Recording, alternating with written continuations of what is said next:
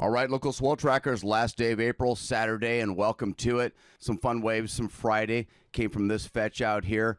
A couple spinners out there, and it got crossing the date line, but it did stay fairly far away. And then we get this guy right here that'll be pumping us up. Once again, that one's going to be more for Sunday. These two spring-like swells are going to be pretty decent. So the first one that I showed you, 3 feet for Friday, occasional 4 for Saturday. And this guy that was on our side of the date line, a little bit closer to us, going to ramp us up to 5 feet for Sunday with longer periods due to the higher winds inside of it. Then we've got something forming a bigger storm off of Hokkaido, Japan, North Japan right here. Guy's going to be tracking east here, and this one will be bumping us up on Wednesday. Rolling in the animations. You can see that one fades into the Gulf. And again, this is hindcasting here to show you the first fetch for Friday. Right here, very broad, low period due to the lower winds, gales. And then this guy right here, a little bit stronger winds and higher periods. And then this guy right here, I'll have to jump to the current models showing you the surface winds. So again, here we go. This one fades out.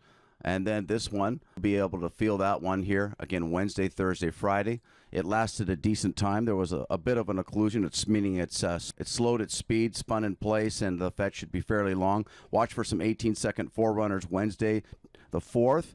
It should be getting up to 5 feet minimum, peaking by Thursday, the 5th, and holding solid 4 feet into Friday, the 6th.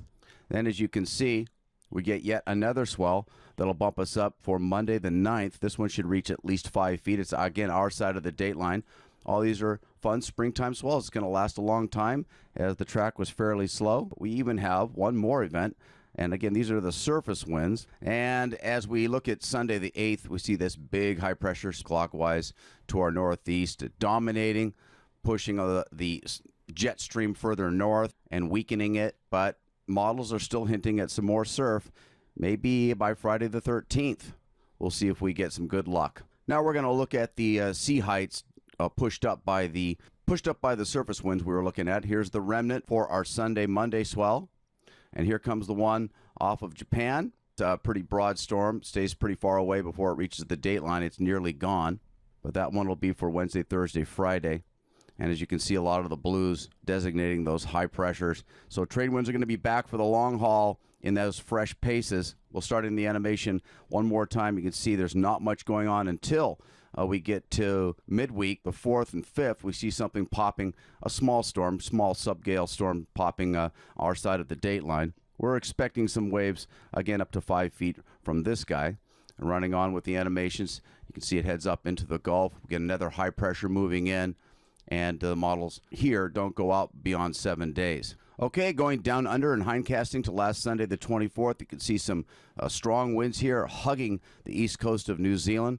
It is a broad spinner going clockwise down under. We'll start in the animations. You see that fetch is broad. It lasts a long time. And we're looking at a really nice swell from the south-southwest from this guy all the way from Sunday, building with 18-second forerunners thanks to those strong winds. And then they weaken to gales, as you can see here, but they're broad and they last a long time. Those seas will build on one another, support one another. And yeah, we're going to see some 4-footers at least out of this for the top refracting zones. Probably midday Sunday, Monday, even into Tuesday. Starting in the animation again, you can see that guy fades off, but there's a lot more energy coming from down under. And boom, right there you can see Friday the 29th, that was yesterday, some 55-knot winds in this storm.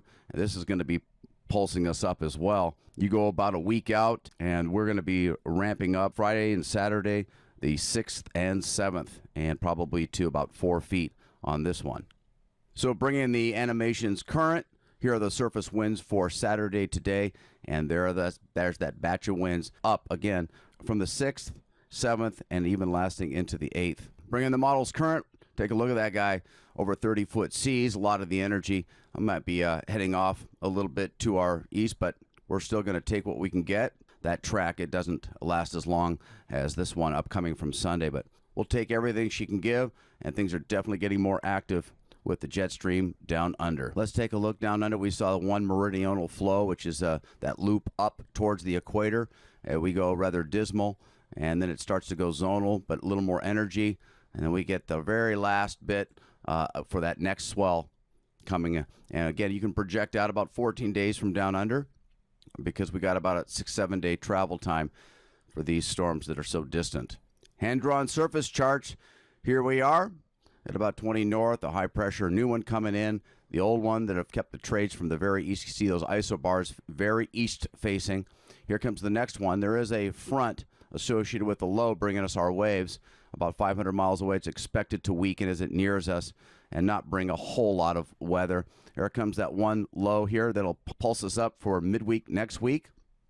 And all in all, it's a very springtime mix of high pressures increasing and low pressures decreasing. The water vapor loops in the upper region showing that front moving our way. All in all, though, we're in a very stable, dry air mass currently with just your windward Malka, your typical stuff, and trades 15 to 25. Small craft advisories for the Alinui Haha channel. Drilling down, you can see that very easterly flow and very clearly see the front.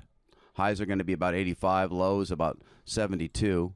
Drilling down a little bit further, there are some cloud patches and off and on plenty sunshine. And the reflective loop showing quite a bit of showers actually off to our leeward area here, embedded in the trade winds. And the last animation showing those easterly winds flow and the new swell coming for midweek. This one's spinning up in the Gulf, bringing our current waves. And this fetch far off New Zealand, since that's today, this is the one we're going to be ramping up at the end of next week.